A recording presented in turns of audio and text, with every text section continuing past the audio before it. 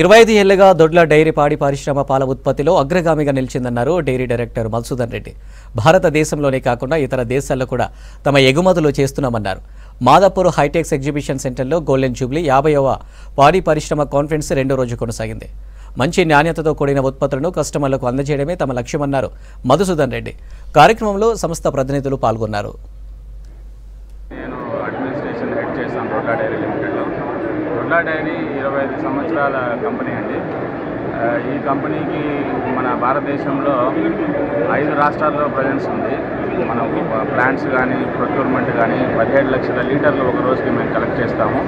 14 లక్షల లీటర్లను మనం సౌత్ ఇండియాలోని అన్ని రాష్ట్రాల్లో అమ్ముతున్నాము. మన ఆంధ్రప్రదేశ్ కానీ, తమిళనాడు కానీ, తెలంగాణ కానీ, కర్ణాటక కానీ, మహారాష్ట్ర రాష్ట్రాల్లో కానీ మన శాఖలు ఉన్నాయి.